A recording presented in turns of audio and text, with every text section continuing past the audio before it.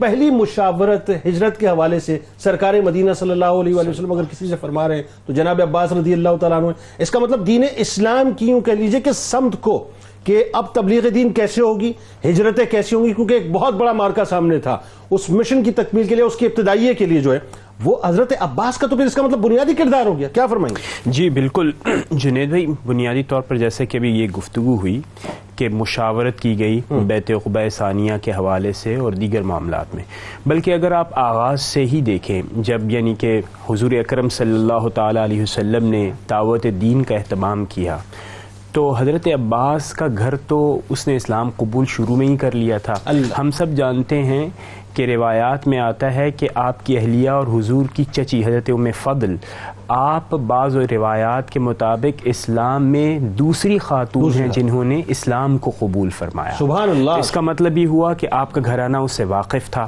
پھر اس کے بعد اگر آپ عرب کا ٹریڈیشن ملاحظہ فرمائیں کہ اس میں ہر شخص اپنے خاندان والے کے ساتھ یوں جڑا ہوا ہوتا ہے، اس کی سپورٹ کرتا ہے، جس کا ایک اظہار تو ابھی آپ نے مفتی صاحب کی زبانی سنا کہ جب اوس و خزرج کے ساتھ معاملات طے پا رہے تھے تو حضرت عباس رضی اللہ تعالیٰ عنہ نے خوبصورتی سے بتایا کہ کتنے محفوظ ہیں حضور یہاں پر، اس اتنی ہی حفاظت کی ذمہ داری آپ بھی قبول فرمائیں.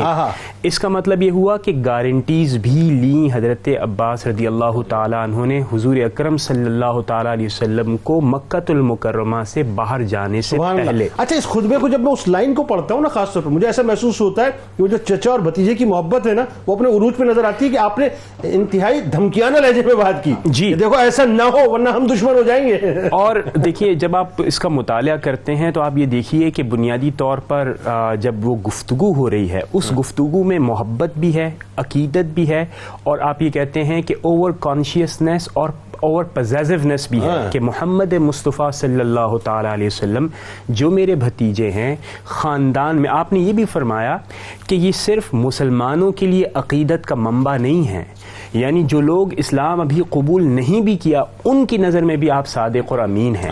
کیا یہی مقام آپ دے سکتے ہیں وہاں پر مدینۃ المنورہ میں یا نہیں؟ تو اس کے بعد پھر گارنٹیز جب دی گئی تو انہوں نے کہا ہم تو جنگجو لوگ ہیں، ہم تو اگر ہمارے تیر ختم ہو جائیں تو ہم تلواروں سے اپنے دشمن کا مقابلہ کرتے ہیں. اور پھر حضرت عباس رضی اللہ تعالیٰ عنہ نے فرمایا وہ حکمت عملی، وہ جنگی بصیرت آپ مجھ سے شیئر کیجئے کہ کیسے آپ حضور کی وہاں پر حفاظت فرمائیں گے. تو جنید بھائی جو بنیادی بات ہے وہ یہ ہے کہ دعوت اسلام میں اس سے قبل بھی حضرت عباس رضی اللہ تعالیٰ عنہ حضور کے ساتھ تشریف لے کر جاتے، اور جب بھی ٹرائبز کو دعوت کا پیغام دیا جاتا اور بالخصوص حج کے موقع پر جب بھی دعوت کا پیغام دیا جاتا تو حضرت عباس ہمیشہ ہمیشہ آپ کے ساتھ رہتے. بالکل. اور اسی طرح پھر آپ فرض کریں کہ غزوہ بدر کا واقعہ ہمارے وہ بتائیے، بڑا مشہور واقعہ ہے وہ تو. غزوہ بدر کا موقع تھا اور ہم سب جانتے ہیں کہ اس کا کوئی ارادہ اس طرح نہیں تھا کہ کوئی پلاننگ کر کے غزوہ بدر میں ہم سب جمع ہوئے، نہیں، بلکہ ہوا یہ تھا کہ جب کاروان کو ریسٹرکٹ کرنے کی کوشش کی گئی تو غزوہ بدر برپا ہو گیا. اچھا، جب وہاں پر یہ غزوہ بدر برپا ہوا تو کفار اور اہل مکہ کا ایک ٹریڈیشن تھا. وہ ٹریڈیشن یہ تھا کہ سب لوگوں کو ہی وہاں پر جنگ پر لایا جاتا تھا. اسی لیے ہم جانتے ہیں کہ حضرت عباس رضی اللہ تعالیٰ عنہ آپ بھی تشریف لائے لیکن آپ اس پر خوش نہ تھے. اسی طرح عقیل ابن ابی طالب بھی ہیں، وہ بھی تشریف لائے اور وہ بھی اس پر خوش نہ تھے. تو حضور اکرم صلی اللہ تعالیٰ علیہ وسلم ایک تو ان کا دل کا حال جانتے تھے کہ اسلام کی طرف میلان ہے، اور بعض یعنی اگر انڈیکیٹرز دیکھے جائیں تاریخ میں تو اعلان اسلام آپ نے بعد میں فرمایا ہوگا 8 ہجری کے آس پاس، لیکن اسلام کی طرف بہت زیادہ دل کا میلان تھا اور اسلام کی اعانت، اس کی محبت سے بھرپور آپ کا دل تھا.